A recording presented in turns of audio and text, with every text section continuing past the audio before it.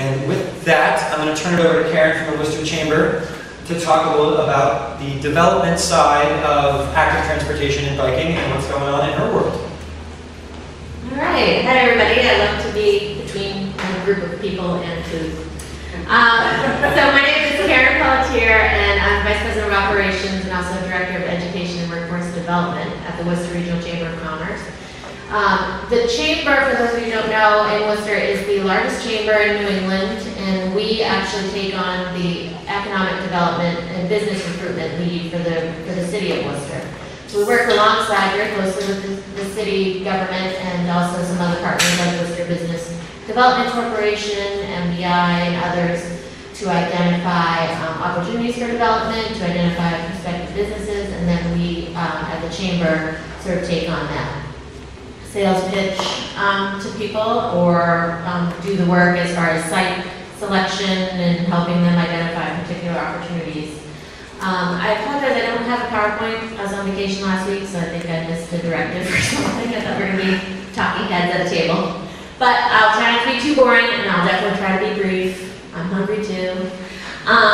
So with, I think it's an interesting perspective on the conversation here today because, we are focused on economic development and business recruitment, but definitely there's a tie-in with all the transit-oriented development, is a real asset for communities like ourselves. And I heard, I think it was Brian who said that we're really so far behind other communities as far as our city planning. And so it's interesting for me to hear that, and I believe him. But I think that we are so in such a good spot as far as, like cities across the country, as far as development. We are experiencing huge growth here in Worcester, and in the past 5 years we've had billions of dollars, public and private money, invested into the downtown, and that's not the envy of just mid-sized cities, that's the envy of major cities. And so we're trying to see how can we capitalize on all this development, and definitely, so how can I say? So probably a lot of some of the criticism that we get is that we're only focusing on downtown. I would say that we are and we aren't. For many years, if you're from the Worcester area, you could probably sort of resonate with this, that the downtown is like the psychological core. It's not necessarily like the business center that you might think of a downtown or what it once was, but it is where people get their perception of the city. There is, if you're from Sutton or Grafton or an outside community, there might be a perception of a lack of safety.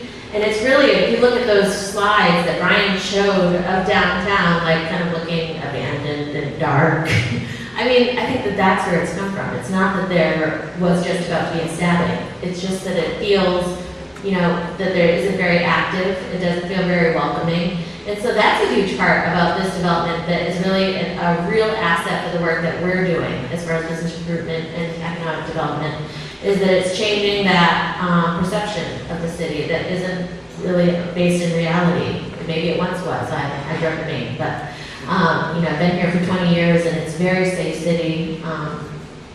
And so that's some of the work that we're doing. We are doing a lot of development downtown, but there's still so much to be done. An example of sort of how we get into this space that I'll talk a little bit more about with bikes is the businesses who we work with every day. We're a membership organization for businesses. Their number one priority 100% of the time, sometimes people think it's healthcare, sometimes they think it's taxes or other things. It's their employees, it's their talent. It's retaining their talent and recruiting talent. It's a huge issue, not just for Worcester employers, but for nationwide. There's a decline in demographics in most cities, and there's just other issues at play. But people can't find employees for the jobs that they have, and they have a hard time keeping them. Unemployment's very low, it's very competitive. So they are focused on making their place of business a place where employees want to be. They're looking at competitive benefits and other things, but when they're talking to us about moving to a new location or whatnot, they want to make sure that it's a place that's walkable to other things, that's close to the train station, that there's, you know, sort of those different hangout areas like what we talked about in front of, I can't think of the word, out in front of Hanover Theater, where you can, you know, mingle, have lunch, meet your friends after work, walk to, you know, something else.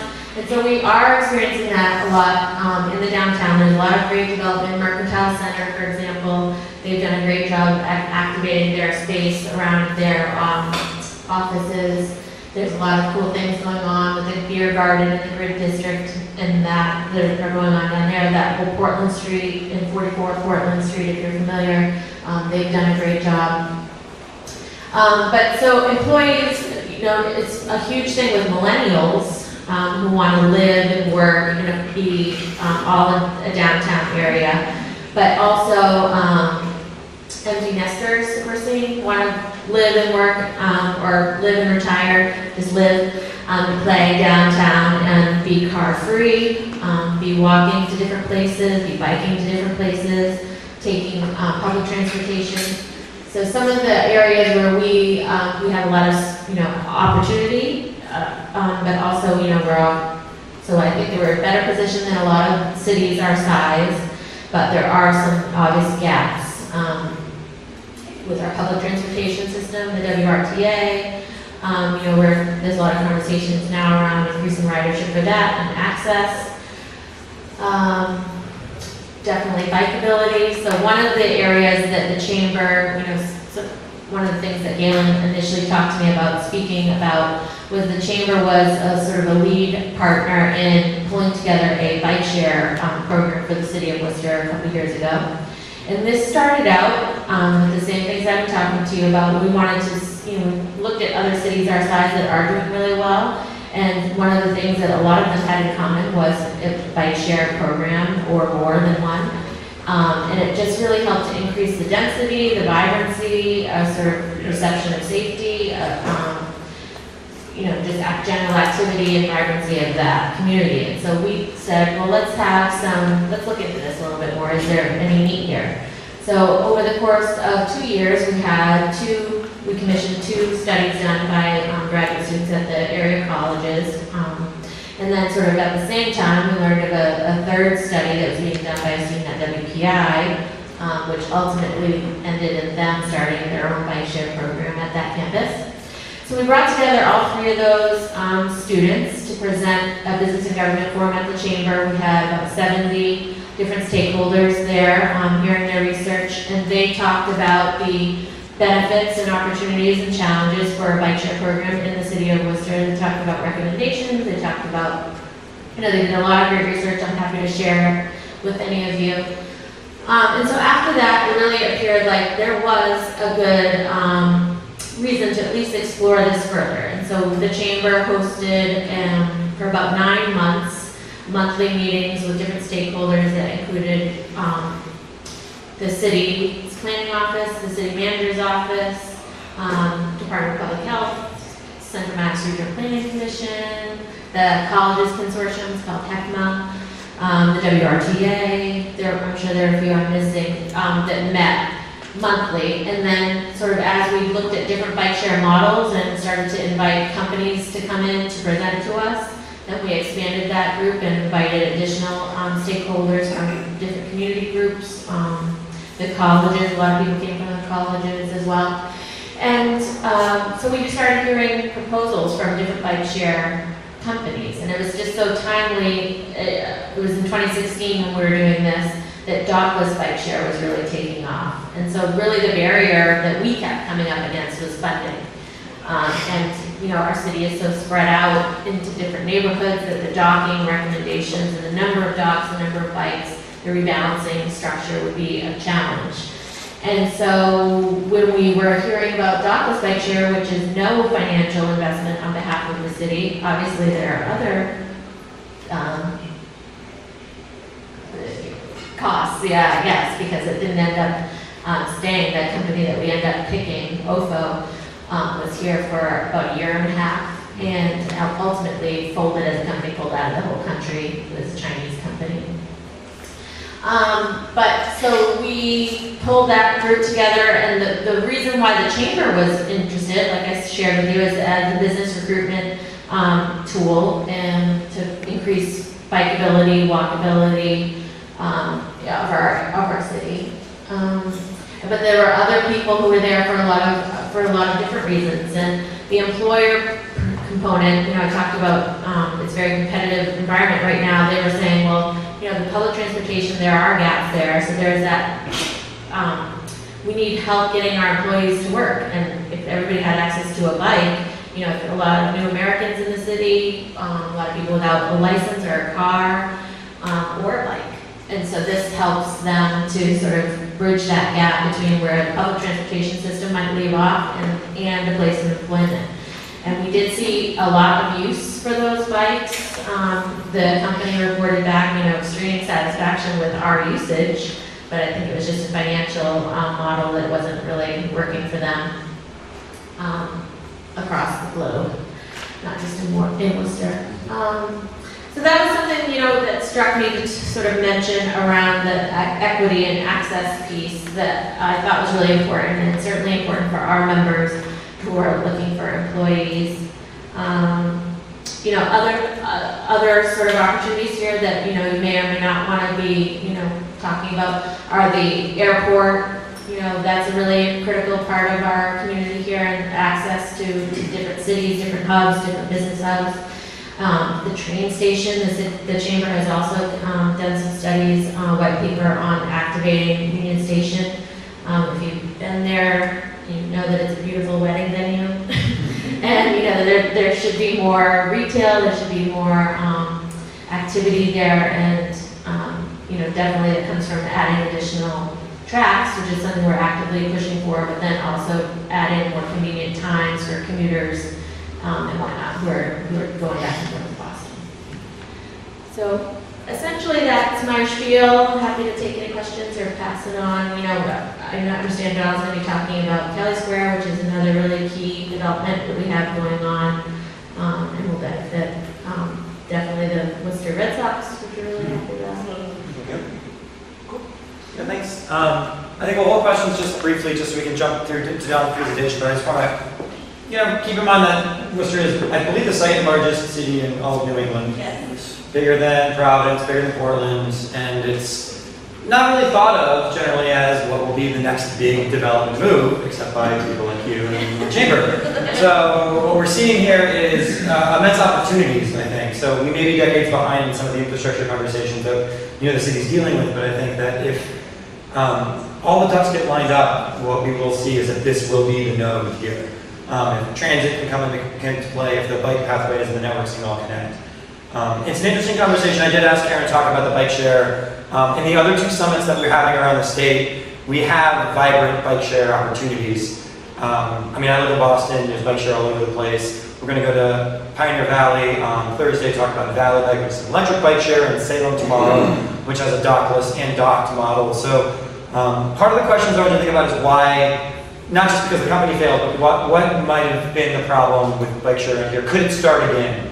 Because again, it's about equity, it's about access, it's about having the community connected to bike share. And I know that was one of the big conversations with the Mass Motion coordinators is bike share. How do we get it? How does it work? How does it succeed? Why does it fail? So put that in the back of your mind as well.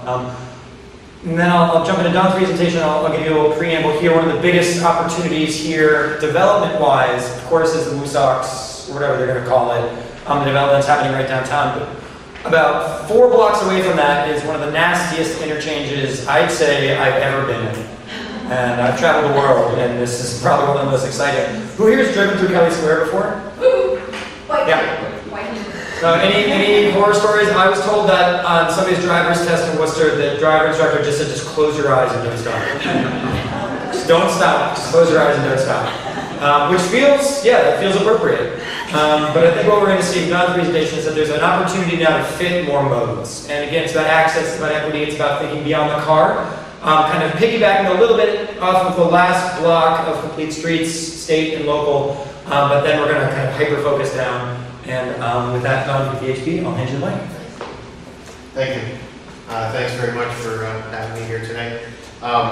as I said, Don Cook with VHB. We're an engineering consulting firm. We were very fortunate to have MassDOT bring us along for the ride through Kelly Square. Just a little about VHB very quickly. We amazingly, can't believe we have almost 30 offices now from Maine to Florida. We started in Massachusetts, and we have 4 offices: Springfield, Boston, Watertown, and Worcester. And we just moved from Union Station to the Mercantile Center for more space because we're having a lot of fun in Worcester. So this was a job that started in September. It's hard for me to believe I'm standing here in June, and we're almost ready to go out to bid for construction documents. I think that's a testament to the collaboration between MassDOT, the city, and all of the stakeholders and many of the advocacy groups. I know we would not have gotten here without all of that help and assistance. And I reflect a little on Tom's talking about, when I started doing this stuff in the early 80s, the kind of focus when we would walk into a project like this and compared to what it is now is so different, and that's really kudos to you folks and keep pushing that needle a little bit. Having said that, in 34 years or so of doing this stuff, I've yet to find the perfect project. The project where we're able to satisfy everybody, what everybody wants, they get, everybody walks away completely thrilled. It really becomes about balance, but the fact that it has become more about balance I think is a really important thing as we start to look at these projects. So, most of you raised your hands, so I won't elaborate too much on the project limits, but we really are involved with the infrastructure project for MassDOT. Obviously, there was a lot of integration and coordination with the ballpark and the development that's happening across the street on Madison Street, but that's not really the project that we were involved in. It was really focused on Kelly Square. Depending on how you count, somewhere in 7 or 8 intersecting streets. It did include the Vernon Street and I-290 interchange, even though as part of this project, the bridge is not being swapped out. And the only connection is that we do go Madison down to the railroad overpass. So why do it? I mean, when we started off, and again, it's amazing, only like 9 months ago, I mean, there was a very strong contingent of people who said, don't do anything. We love it. It's what makes us famous. It's a badge of honor. As Galen said, the stories of, I think, everybody who took the driver's test was forced to go through Kelly Square, and if you survived, you passed.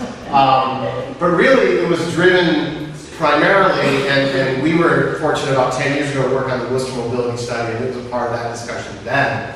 And it was really driven from a safety perspective. It's been consistently one, if not the highest location for crashes in the state. So safety was really a big driver. But there's a lot of other opportunities as well besides just enhancing and improving the safety for all users.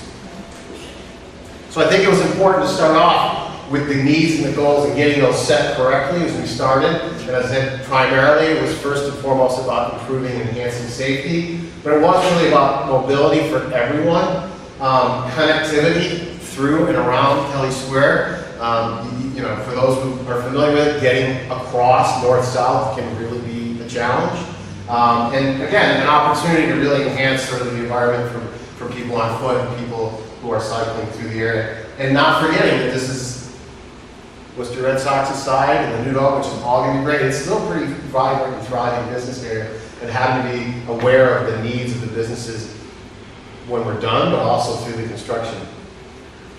So just very quickly, I won't bore you with the stats, but between that 3-year period, there were 400 crashes in and around the Kelly Square area in our project limits. And notable, 22 of those were non-motorized. So that's a high number when you start looking at similar locations across the state. So this is interesting. If you just hit the click here, hopefully it's going to work. So we took a little video to try to, we understood that this is nothing else, but you kind of understand why it's not friendly for sort of the north-south connectivity. And then interestingly enough, this was the scary part. 2 cyclists are deciding that they think they want to get that north-south connection across. And, we have reams of this video, by the way, just the craziest things people are doing through here. Just very nervous, but very happy when they got across. Here we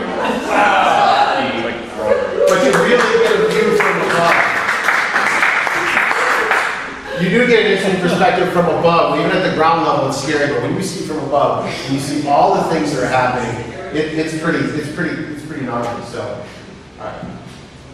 So a big part of our success, I think, was MassDOT, the city, and everybody really, right from day one, said we've got to have an incredibly robust process to engage everyone. And for those, I've seen a few familiar faces around the room. Thank you. I mean, it's been great. We've had a series of workshops. I think the key to the workshops, we went out the first day, we had nothing. We drip, drawn nothing. We had we said, just listen. What are the problems? What are the things that are important?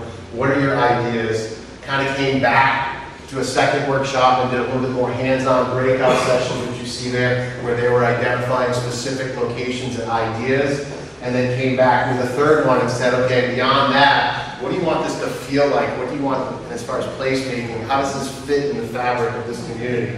And then beyond those workshops last fall, we've come back numerous times and sort of given updates as the project had advanced. Let me go to the next video. So the long list, and I hate when he's listening because I always forget somebody, and you just said, I forgot to put CMRPC on here because they probably as well. But really, just everybody in the city office, city managers, public works and engineering, economic development planning, the transportation advisory group, the federal highway administration's involved in terms of funding. Actually, I have a 2 o'clock meeting with them today. Walk Bike Worcester has been awesome, very engaged at every meeting in force. WRTA, UPP, the lovely rivalry between the Canal District and the Green Island neighborhoods. So, and of course, all the businesses, and then the Red Sox and the development team. And we're continuing. We're wrapping up the design plans now, but we'll be out and about all summer long, getting ready for the construction, which will start somewhere in about October of this year. So what did we come up with? So after those first 2 workshops, and I'd like to try to tell you this stuff's complicated. You know, when you have an intersection, there's only a few things you can do, right? You can throw up a traffic signal. You can think about keeping it unsignalized and doing some geometric modifications. Roundabouts have become very popular in the last 10 or 15 years, not just in Massachusetts. And we looked at both sort of traditional roundabout in the middle and sort of where we sort of ended up with, which was sort of a hybrid. And even we talked about every street, one way, 2-way, one way in, one way out. We really kind of opened up every possible idea for people to consider. Try to give them some pros and cons for each, but really let them drive the decision. So on that front, we came back to the second workshop and we established 10 evaluation criteria. And some were the ones you would expect. So safety, of course, was one of our primary drivers. But I think we sort of introduced the crowd and the idea of thinking about some other things besides pedestrian and bike facilities, but also things even such as community health and placemaking and neighborhood connectivity, and try to have that be part of the thought process in trying to come to the idea of a preferred design alternative. So just so you know, the last one actually scored, and if you go to the next one, it's a little bit more of a graphical thing. We kind of knew which one we liked, but we really didn't try to drive the decision to that point. Very impressed with how quickly people grasped each of those 10 criteria and understood what the benefits and the drawbacks of each of those. And again, we're not solving every single problem with where we ended up with, but we really quickly got to this idea of the hybrid, which sort of in the vernacular is becoming known as the peanut, because it's a little bit shaped like a peanut, hybrid roundabout as the solution. So this is it. It's really what it is it's 2 roundabouts that are kind of connected together in the middle. And what does it do for us? So one of the things, as you saw in that video, it helps to clearly define movements for all traffic, both people in their cars, people on foot, people on cycles rather, which you don't have today. And it really minimizes the number of conflict points. The thing we heard, one of the best statements was, do what you need to do, but do as little as possible, and keep Kelly Square weird. So, that was that crowd that originally started and said, we don't want you to do anything. But then they kind of started listening, which I give them credit for, and hearing and really seeing what the issues were. But they really wanted to try to not go completely off the page. We feel that it does provide a lot better connectivity across and through the square. I'm going to go into some detail for this crowd, a little bit about pedestrian-specific enhancements and the bicycle enhancements. But I will tell you, one of the challenges we also had, I didn't put it on the needs and goals because it wasn't really a goal or a need, it was a requirement. And that was, we weren't going to take buildings. We weren't going to take whole properties. There's some sliver takings here and there to do what we need to do. But that was a driver from day one. And that really constrained us a little bit in terms of the space that we had to work in. So let's talk about pedestrians for a little bit. So you probably got a little feel for the thing. If you've ever tried it, I think it's crazy going out there in a car. Try to go on foot or even on your bicycle. There's a series of main crossings across both the north-south and some of the east-west.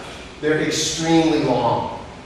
105 feet, 90 feet, 100 feet, 115 feet. That's a long way to cross. And even with doing so, you've got little or no refuge here. Once you start, you're kind of committed.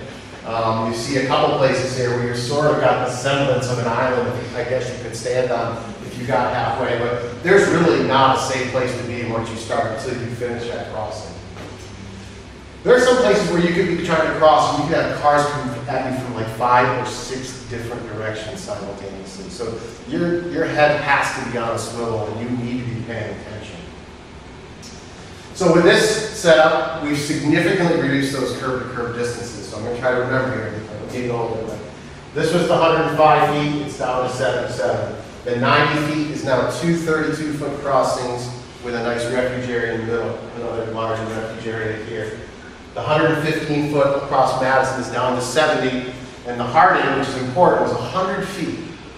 It's down to 26 feet now on one crossing. So, and that tightening up actually gave us some other opportunities to do a few other things. So the shorter crossing distances, there's much larger refuge areas. And here's a nice feature. You're only going to have traffic coming at you from one direction. So as you cross that shorter distance, you only have to look to the left or the right. You do not have to worry about somebody coming at you from any number of 3 or 4 other streets. And last but not least, we're really trying to stress the idea of high visibility and decorative crosswalks. We're going with the rectangular rapid flashing beacons, for those who are aware of those, at all of the locations where it's a 2-lane crossing or more. So the crossing here between Vernon Hotel and Kelly Square Pizza, the crossing through the center, and the crossing of Madison will all have the rectangular rapid flashing beacons to help enhance drivers' awareness of people in the crosswalk. And it didn't make the presentation, but just in the last week, we were actually successful in convincing the city, after months of discussion, to think about some raised crosswalks to slow people down.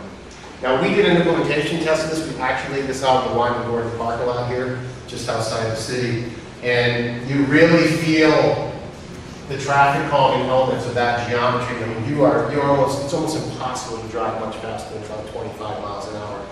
But what we noticed, so you learned something from everything, was the one place where you could come in and it's sort of flat was coming in from Madison. You could get your speed up a little bit.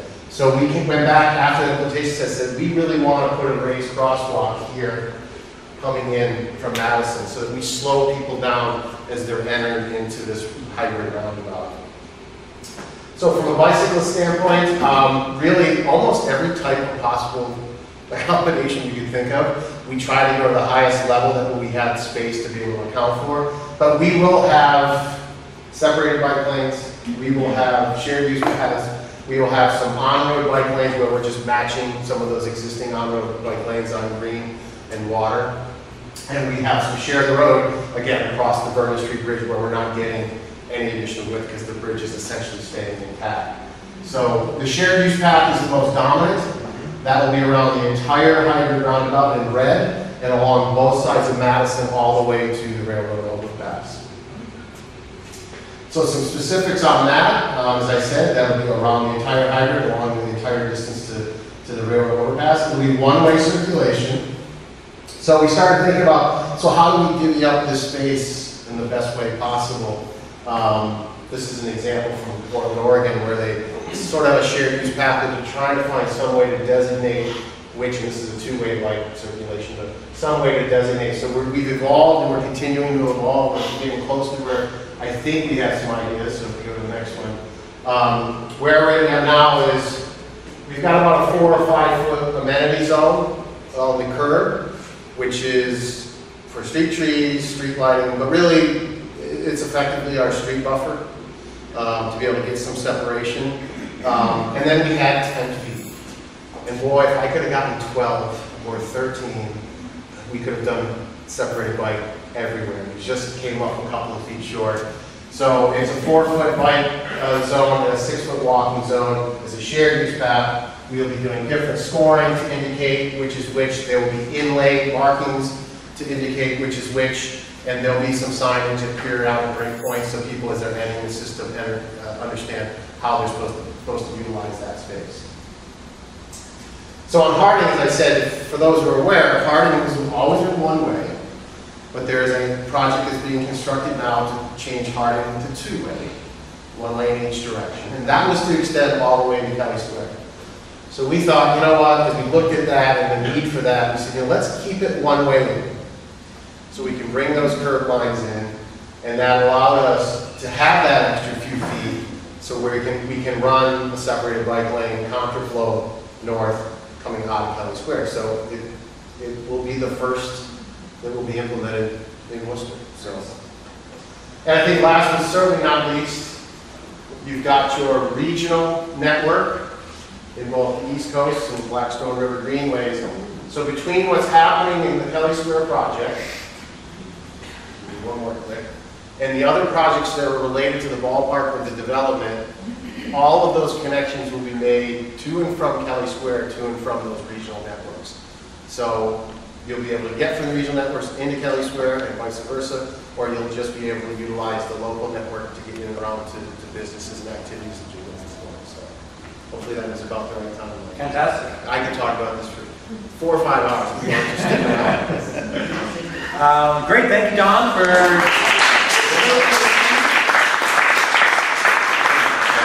one of those complex projects in the whole region. And I think there's a couple of wonderful things about this project. One, you're taking something that is so obviously corrosive towards connectivity and is really only fitting one mode now, and you're fitting all the modes that you can.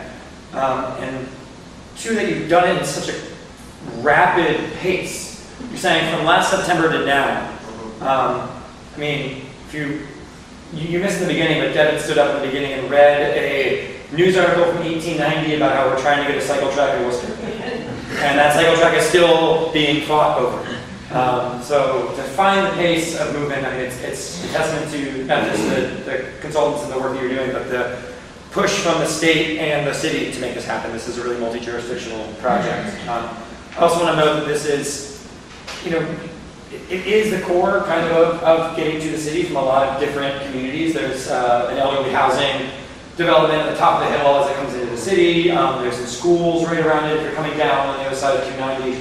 So this is kind of a gateway for a lot of these neighborhoods to access the downtown. So I want to kind of put that in your brains to think about kind of our next breakout session, which will include lunch, is how do we work to connect the neighborhoods that generally aren't at the table, aren't at the meetings, aren't here today.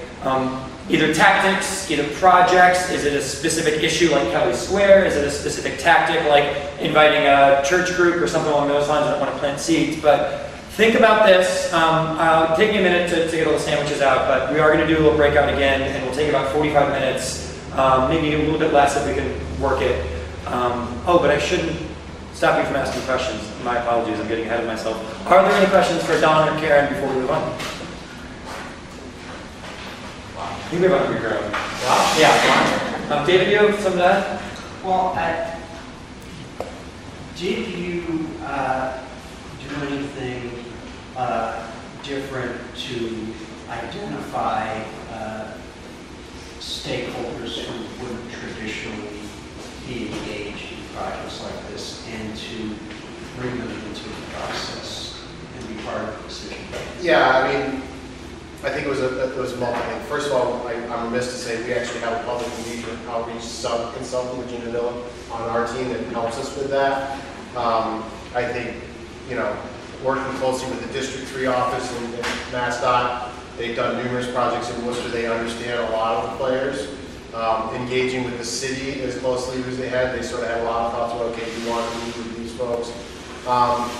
But again, I go back to 15, 20, 30 years ago, and we would have met in a room with like 6 or 8 engineers and some MassDOT folks, maybe someone from the city. We would have designed something, and the first time we would have gone out to the public would have been at like a 25% design stage. Now, that's early, but a lot of momentum is already moving in that direction. So there was a conscious effort. We sat in a room at least a couple times at the very beginning and said, let's put this list together. Who needs to be at this table? Who's impacted by what happens here? You know, who's part of the fabric? And again, when you get the city and MassDOT and, you know, even, you know, we had a lot of the folks, you know, the folks from the Vernon Hotel have been really healthy, and you know, Harding Green and others that kind of do. You know, they're like, okay, Canal District, but here's who at the Canal District you're going to want to talk to. Green Island neighborhood, but here specifically, you know, Vernon Hill. I mean, and again, it got a little daunting when we started, because we're like, wow, we're going to have a lot of meetings. But you know what? We wouldn't have gotten here without that. So I think it's that conscious effort to start at the beginning with, who are we missing when you're not at the table? I think going to the farmer's market, participating in some of the city events and kind of listening to people was also very helpful last fall. So. Yeah. That's a perfect segue. It's kind of where I want our brain juices to flow here. I want us to come up with some assistance for all of the planners, the consultancy officials. I want us to brainstorm tactics, not necessarily listed names, but outreach opportunities that we might not be focusing on.